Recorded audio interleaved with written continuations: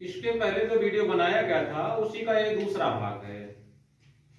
विभाजित होने का नियम हम लोग उस वीडियो में सीखे थे, उसी से संबंधित नियमों को समझ लीजिए दोहराने चल रहे हैं। 2 से विभाजित होने का नियम के बारे में हम कुछ सवाल पूछेंगे आप लोगों से और उसका उत्तर दीजिएगा। 2 से विभाजित होने के नियम में सबसे पहले हम एक संख्या लिखे हैं 6,76,731। क्या यह संख्या 2 से पूर्ण रूप से विभाजित हो सकती है? इसके लिए चलिए निकलिए। क्या यह संख्या जो लिखी गई है 2 से पूर्ण रूप से विभाजित हो सकती है? सर यह 2 से पूर्ण रूप से विभाजित नहीं हो सकती है। अच्छा, क्यों नहीं हो सकती है? सर क्योंकि यह विषम संख्या है और जो सम संख्या रहती है वही से 2 से पूर्ण रूप से विभाजित होती है और बाकी विषम संख्या 2 से पूर्ण रूप से विभाजित नहीं होती है। बढ़िया, ठीक। तो अभी अभी जैसा कि बताया गया इनके द्वारा, यह संख्या 2 से पूर्ण रूप से विभाजित नहीं होगी। इन्होंने क्या बताया? क्योंकि यह संख्या विषम है और कोई भी विषम संख्या 2 से पूर्ण रूप से विभाजित नहीं होती है। और इन्होंने ये भी बताया कि सभी सम संख्याएं 2 से पूर्ण रूप से विभाजित हो जाती हैं। अब दूसरी संख्या लिखी गई है इकाई, दहाई, सैकड़ा, हजार, 10, 10 लाख। 6,34,326 है। क्या यह संख्या 2 से पूर्ण रूप से विभाजित हो सकती है? इसको बताएंगे। चलिए निकलिए, यहां जाइए। चलिए बताइए, क्या यह संख्या 2 से पूर्ण रूप से विभाजित होगी, हो सकती है? हाँ, क्यों हो सकती है? क्योंकि हर सम संख्या 2 से पूर्ण रूप से विभाजित हो सकती है। सभी सम संख्या 2 से पूर्ण रूप से विभाजित होती हैं। ठीक, बढ़िया। इसी क्रम में अब हम जानने चल रहे हैं 3 से विभाजित होने का नियम, जिसके लिए एक संख्या ली गई है इकाई, दहाई, सैकड़ा, हजार, 10, 10 लाख, 10 लाख, 42,16,346। क्या यह संख्या 3 से पूर्ण रूप से विभाजित हो सकती है? जो लोग बता सकते हैं हाथ उठाइए। चलिए इसमें से आप बाहर निकलिए। क्या यह संख्या 3 से पूर्ण रूप से विभाजित हो सकती है? सर यह संख्या 3 से पूर्ण रूप से विभाजित नहीं हो सकती। क्यों नहीं हो सकती है? सर कोई भी सम संख्या 3 से पूर्ण रूप से विभाजित नहीं हो सकती। तो अभी अभी बताया गया इनके द्वारा कि कोई भी सम संख्या 3 से पूर्ण रूप से विभाजित नहीं होती है। तो आप लोगों को क्या याद रखना है? कोई भी सम संख्या होगी तो वह 3 से विभाजित नहीं होगी, वह संख्या 3 से पूर्ण रूप से विभाजित नहीं होगी। कोई भी सम संख्या रहेगी, वह 3 से पूर्ण रूप से विभाजित नहीं हो सकती है। क्या सभी विषम संख्याएं 3 से पूर्ण रूप से विभाजित हो सकती है? नहीं। फिर कौन सी विषम संख्याएं 3 से विभाजित होंगी? कौन सी संख्याएं 3 से पूर्ण रूप से विभाजित होंगी?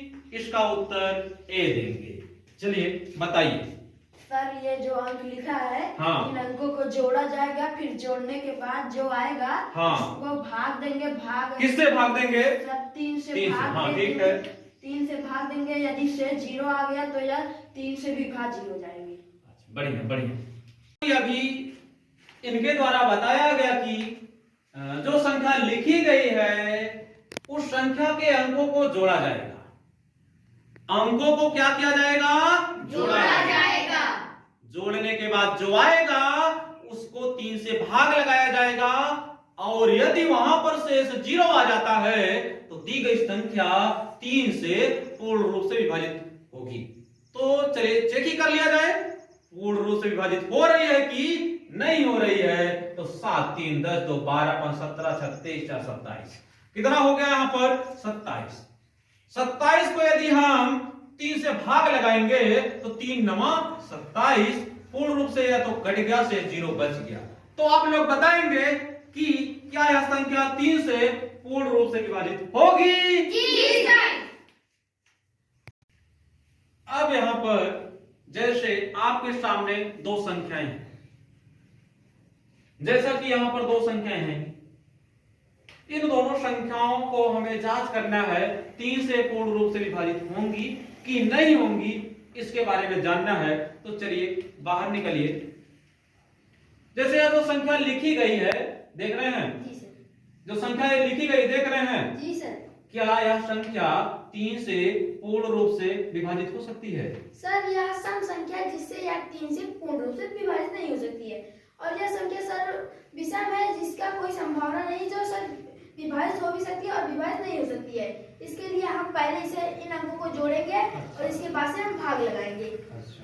जो अगर शेषफल शून्य आ जाएगा तो हम लोग इसे समझेंगे कि यह विभाज्य है, और अगर शेषफल 0 नहीं आया तो हम समझेंगे कि यह विभाजित नहीं है। चलिए ठीक, बैठिए। हम बता रहे हैं आपको फिर से, इसी में इन्हीं की बात को हम रख रहे हैं आप लोगों के सामने। जैसा कि इन्होंने बताया कि यह संख्या एक संख्या है, ये दूसरी संख्या है, हमें 3 से जांच करना है। तो सबसे पहले हम यहाँ अंकों को जोड़ने नहीं लग जाएंगे, अंकों को जोड़ने नहीं लग जाएंगे। जैसा कि 3 का रूल यही बताया गया है कि अंकों को जोड़ा जाएगा, जोड़ने पर जो आएगा उसको 3 से भाग लगाया जाएगा। यदि वहां पर शेष 0 आ जाता है तो दी गई संख्या 3 से पूर्ण रूप से विभाजित होगी। लेकिन उसके भी पहले हमें कुछ करना है, कुछ सोचना है उसके लिए। तो उसको करने से पहले हम देखेंगे संख्या सम है कि विषम है। यदि संख्या सम होगी तो वह तो निश्चित है कि 3 से नहीं कटेगी। अगर वह संख्या सम है तो निश्चित है कि वह संख्या 3 से पूर्ण रूप से विभाजित नहीं होगी। लेकिन अब बात आती है विषम संख्या की। तो यहां पर कोई जरूरी नहीं है कि वह 3 से पूर्ण रूप से विभाजित होगी, हो भी सकती है, नहीं भी हो सकती है। उसके लिए हमें जांच करना ही करना पड़ेगा। यहां पर यह तो तय है कि 3 से पूर्ण रूप से विभाजित नहीं होगी, लेकिन यहां पर जांचना पड़ेगा हमें। तो जांचने के लिए क्या रूल बताया गया? सभी अंकों को जोड़ लेना है। 1 3 4 हो गया, 4 5 9 हो गया, 9 6 15 हो गया, 15 5 20 2 22, 22 और 2 24, 24 और 8 24 6 30 2 32, 32 मिला। 32 को हम 3 से भाग लगाएंगे तो क्या शेष 0 मिलेगा? नहीं, नहीं मिलेगा। 3 एक कम 3 हुआ, कट गया, 0 उतारे, 2 उतारे, 0 ले गए, 0 आया, 2 मिला। शेष क्या मिला? 2 मिला। तो क्या सिद्ध हो रहा है? क्या यह संख्या 3 से पूर्ण रूप से विभाजित होगी? नहीं होगी। ठीक। यहां पर अब 4 से विभाजित होने का नियम हम लोग जानने चल रहे हैं। चलिए आप आ जाइए। 4 से विभाजित होने का नियम क्या है? बोलिए सर। 4 से विभाजित होने का नियम यह है, हाँ, एक इकाई संख्या इकाई अंक और दहाई अंक को लेकर एक संख्या बनाई जाएगी। इकाई अंक और दहाई अंक लेकर के एक संख्या बनाई जाएगी और उसे 4 से भाग दिया जाए। यदि शेषफल 0 आता है तो वह 4 से विभाजित है, या यदि अगर शेषफल 0 नहीं आता है तो वह 4 से विभाजित नहीं है। ठीक है, आपकी बात सही है। तो बताइए कि क्या यहाँ पर इकाई और दहाई अंक लेकर के संख्या बनाई जाए और 4 से भाग लगाया जाए? जी सर। नहीं, ऐसा नहीं। आप जाइए, हम दूसरे लोगों को बुला रहे हैं, उनसे इस समस्या का समाधान निकलवाएंगे। चलिए आ जाइए। क्या यहाँ पर इकाई और दहाई अंक लेकर के संख्या बनाना उचित रहेगा? नहीं सर। सर यह विषम संख्या है। सर यह विषम संख्या है। कोई भी विषम संख्या 4 से विभाजित नहीं होती। ठीक, बढ़िया। इससे यह जांच हो गई। ठीक। यह एक संख्या लिखी गई है। क्या यह संख्या 4 से पूर्ण रूप से विभाजित होगी? तो जैसा कि इसके पहले बताया गया 4 से विभाजित होने का नियम, इकाई अंक दहाई अंक लेकर के संख्या बनाई जाती है, उस संख्या को 4 से विभाजित किया जाता है, और यदि वहां पर शेष 0 बच जाता है तो दी गई संख्या 4 से पूर्ण रूप से विभाजित हो जाती है। लेकिन यह नियम क्या विषम वाले में लगाते हैं? क्या यह नियम कोई विषम संख्या दी गई होगी वहां पर लगाया जाएगा? इकाई और दहाई अंक लिया जाएगा? नहीं ना। केवल वह नियम कब लगाया जाएगा? सम संख्या होने पर। विषम तो वैसे ही पता चल जाता है, विषम संख्या तो वैसे ही पता चल जाता है कि वह 4 से पूर्ण रूप से विभाजित नहीं होगी। लेकिन यहां पर हमें जांच करना पड़ेगा, यही ना? तो इकाई और दहाई अंक लिया जाएगा, यानी कि 92 मिलेगा। 92 को हम किससे भाग लगाएंगे? किससे? 4 से, 4 से। तो 4 दूनी 8 हुआ, यहाँ पर 1 बचा, 2 उतार लिए, 4 तिहाई 12। बताइए क्या यह संख्या 4 से पूर्ण रूप से विभाजित हो सकती है? अब हम लोग जानने चल रहे हैं 5 से विभाजित होने का नियम। तो आइए निकलिए, यहां पर कुछ संख्याएं लिखी गई हैं, उनको देख करके आपको यह बताना है कि कौन कौन सी संख्याएं 5 से विभाजित होंगी पूर्ण रूप से। क्या देख रहे हैं? सर इकाई अंक देख रहे हैं। अच्छा देखिए, इसमें से ये और ये विभाजित होंगी। अच्छा कैसे पता चला है आपको?